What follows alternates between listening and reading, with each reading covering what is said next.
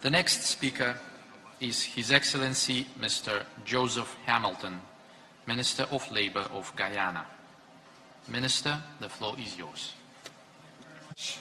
Mr. Chairman, Excellencies, ladies and gentlemen, allow me to express appreciation to the government of Serbia for hosting us in beautiful Belgrade on this momentous occasion.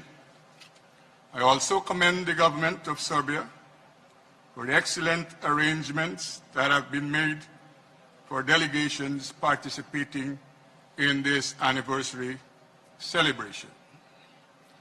Coming back to the birthplace of our movement compels us to reflect on this journey upon which we embarked 6 decades ago.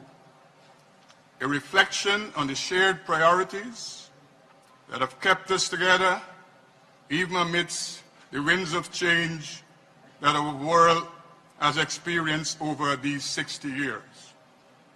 This reflection should inevitably lead to a renewal of our collective commitment to the ideals and aspirations of our movement, since it would reveal that while much has been accomplished, much more is still to be done.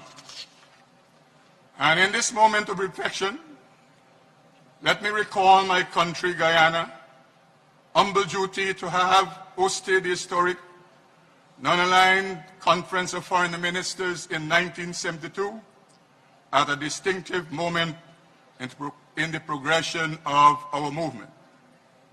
The conference led to the Georgetown Declaration and the Program for Economic Cooperation, and to the 4th Summit in Algiers. Guyana is honored to have served the non-aligned movement at that critical moment in its advancement. Excellencies, ladies and gentlemen, in recalling the circumstances that led to the genesis of our great movement, I must underscore what is perhaps one of the greatest lessons learned from that era, and that is, in the pursuit of international peace and security, mutual understanding between and among nations is critical. We have seen how philosophical differences can separate us and inhibit friendly relations among the peoples of the world. Even though we share a common humanity, that the non-aligned movement was able to rise above the fray, presenting a model of cooperation and principled solidarity among nations, is one of our greatest achievements, and one which exemplified the true spirit of the United Nations Charter. Some have called into question the continued relevance of our movement, given our original focus on non-alignment in the context of great power rivalry. In response, it is apt to point to the Bandung principles on which the movement rests, principles which guide developing countries to promote peace and cooperation in the world. Those principles will endure until we achieve the world we want. In this vein, it is important to highlight our obligations to respect fundamental human rights and the objectives and principles of the United Nations Charter, and underscore the need for the movement advocacy in this regard to be sustained. I must restate, too, our obligations to respect the sovereignty and territorial integrity of all nations. I wish to underscore the importance that my delegation attaches to this principle, given the threats that Guyana is confronting in respect of its territory. In this context, we must continue to promote respect for justice and international obligations, including for institutions such as the International Court of Justice, which perform a key role in strengthening a rule-based international order. As our world continues to grapple with the COVID-19 pandemic, Developing countries are feeling the brunt of its multidimensional impacts.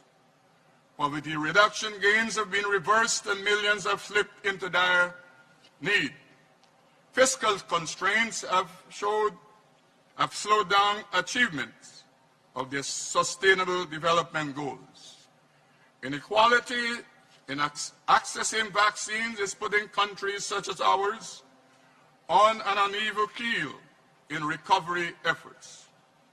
These realities are against the backdrop of an extant climate crisis that is exacerbating our developmental challenges, a crisis that many of us have no hand in creating, but which we have which have been harshest on us. Countries of the South stand in solidarity with each other to effectively confront these difficulties and to secure the well-being of our peoples. Solidarity is foundational to our movement, and we must go beyond mere rhetoric to active, targeted, and meaningful cooperation among ourselves to further each other's socio-economic progress. The non-aligned movement must continue to show itself capable of responding to contemporary challenges which are threatening developmental efforts of our countries. Allow me to conclude, Excellencies, by reaffirming Guyana's unswavering commitment to the non-aligned movement and its principles and purposes. I also renew Guyana's pledge to the continuous active contribution to the work of the movement. Thank you very much, Mr. Chairman.